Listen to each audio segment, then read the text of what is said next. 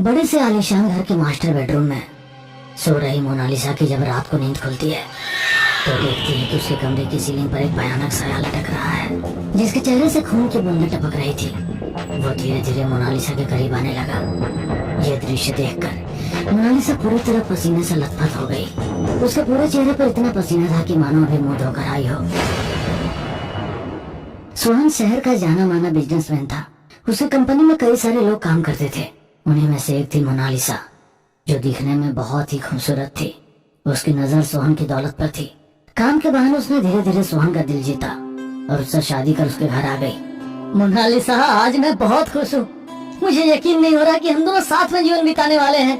यकीन तो मुझे भी नहीं हो रहा है मेरी किस्मत पर। कहीं ऐसा ना हो कि तुम मुझे धोखा दो। मोनालिसा, तुम धोखा देने के बारे में सोच भी कैसे सकती हो? मैंने तुम्हें दिलो जान से चाहा है, पर फिर आज रात हमारी सुहाग रात है और तुम धोखे के बारे में बात कर रही हो। आईपीएल देखो ही नहीं बल्कि अपने ओपिनियंस देकर काफी प्राइजेस जीतो, वो भी Lotus365.in पे। यहाँ बहुत सारे क्वेश्चंस रहेंगे जैसे who will win the match और who will win the toss जैसे 50+ तरह के क्वेश्चंस में अपना ओपिनियन बता के आप काफी प्राइजेस जीत सकते हो। Lotus365 पे जाकर रजिस्टर कीजिए और पाइए 365 रुपीज का बोनस। यहाँ आपको मिलता है 1-to-1 24 आवर कस्टमर सपोर्ट। यहाँ खेलते हैं 10 मिलियन से ज्यादा यूजर्स। यहाँ क्रिकेट के अलावा हैं 200+ क्वेश्चंस जहां आप अपना ओपिनियन दे सकते हैं और जीत सकते हैं अच्छे प्राइजेस। नवाजुद्दीन सिद्दीकी, उर्वशी रौतेला, सुनील शेट्टी, काजल अग्रवाल, नेहा शर्मा, ऐसे बड़े बड़े सेलिब्रिटीज इनके ब्रांड एम्बेसडर्स हैं। तो देर मत कीजिए, डायरेक्ट रजिस्टर कीजिए Lotus365.in पे, लिंक पिन कमेंट बॉक्स में। सोहन, हमारी सुहागरात तभी होगी जब तुम मेरी कुछ शर्तों को मानोगे। शर्त? कैसी शर्त? तुम अपनी पूरी जायदाद मेरे नाम कर दो। कहीं ऐसा ना हो कि तुम मेरा यूज करके मुझे धोखा दे दो। जब तक तुम ऐसा नहीं करोगे तब तक तुम मेरे करीब नहीं आ सकते। कहते हुए मोनालिसा अपनी सुहागरात पर ही अपने पति से अलग सो जाती है। अगले दिन ही सोहन ने वकील को बुलाकर अपनी सारी जायदाद मोनालिसा के नाम कर दी। मोनालिसा अब सोहन के साथ बहुत अच्छे से रहती थी, मगर अपने मन में सोहन को अपने रास्ते से हटाने का सोचने लगी। एक रात उसे मौका मिल ही गया।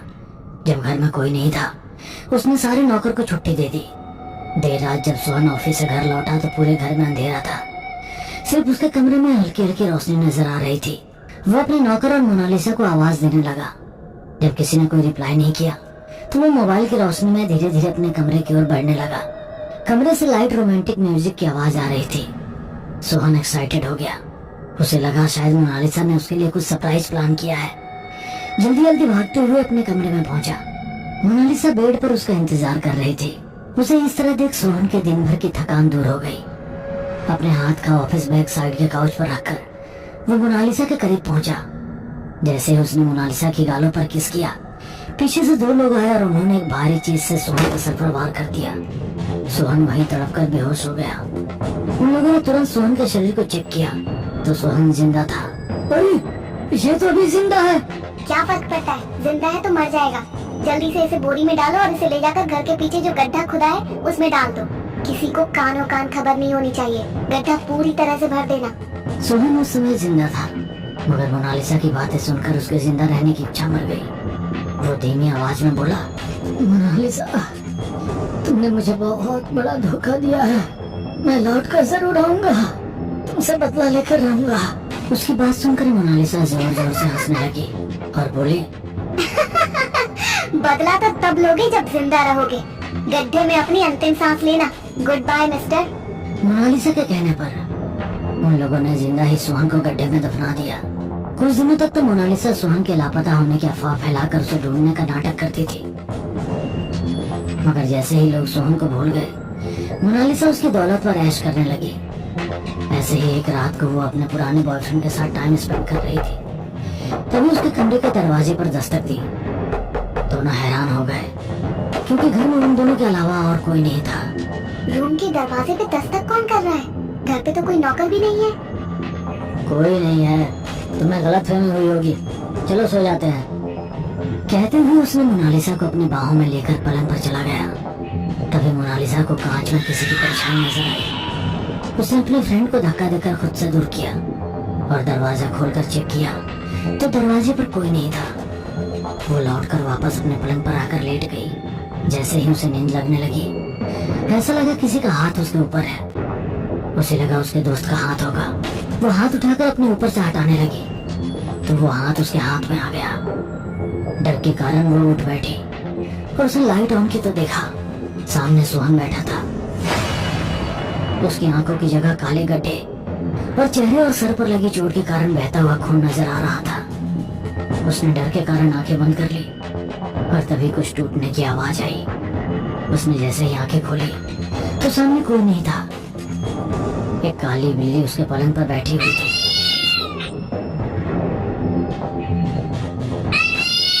वो आंखें खोलकर चारों ओर सोहन को ढूंढ रही थी मगर सोहन कहीं नहीं था। वो दोबारा पलंग पर लेट गई और जैसे ही उसकी नजर उसके कमरे की सीलिंग पर गई वहां एक भयानक साया लटक रहा था जिसके चेहरे से खून की बूंदें टपक रही थी। वो धीरे धीरे मोनालिसा के करीब आने लगा। ये दृश्य देखकर मोनालिसा पूरी तरह पसीने से लथपथ हो गई। उसके पूरे चेहरे पर इतना पसीना था कि मानो अभी मुंह धोकर आई हो। जैसे ही वो साया उसके बिल्कुल करीब आया मोनालिसा ने उसे अपने हाथों से धक्का दे दिया। दूर गिरकर वह साया अदृश्य हो गया। सारी रात डर के कारण वह सो नहीं पाई। अगली सुबह उसने उन दो लोगों को बुलाकर दोबारा सोहन की कब्र खुदवाई।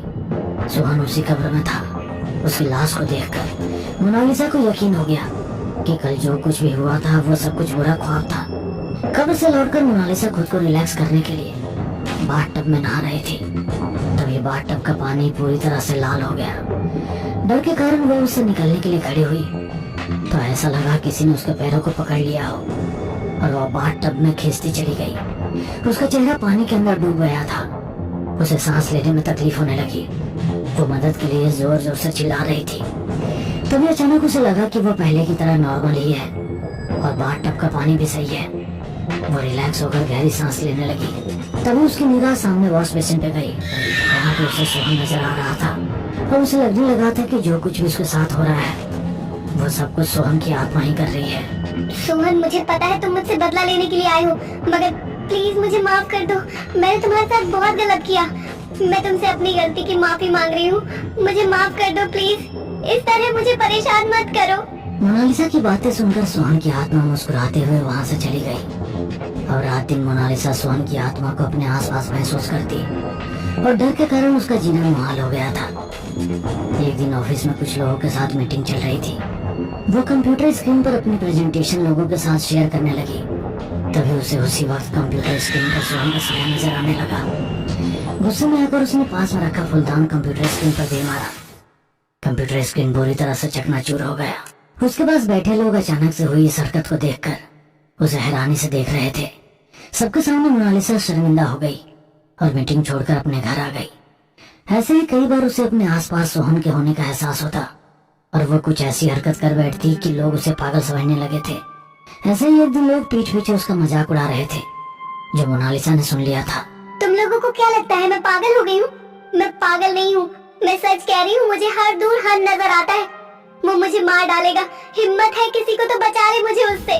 तुम सच में सोहन के जाने के बाद पागल हो गई हो? सोहन हम सबको छोड़कर कहीं दूर जा चुका है। उसका कोई पता ही नहीं है और तुम कहती हो कि वो तुम्हें नजर आ रहा है। सोहन कहीं नहीं गया है। यही है, देखो वो रहा सामने। कहते हुए वो सोहन के साए की तरफ इशारा करने लगी। सभी लोग उस ओर देखने लगे मगर उन्हें कोई नजर नहीं आया। अरे कोई नहीं है वहाँ, तुम्हारा वहम होगा। मेरा वहम नहीं है बल्कि हकीकत है। मैंने अपने इन्हीं हाथों से सोहन को मारा है और वो मुझसे बदला लेने वाला है। तुम्हें मुझ पर यकीन नहीं है ना? तो चलो मेरे साथ।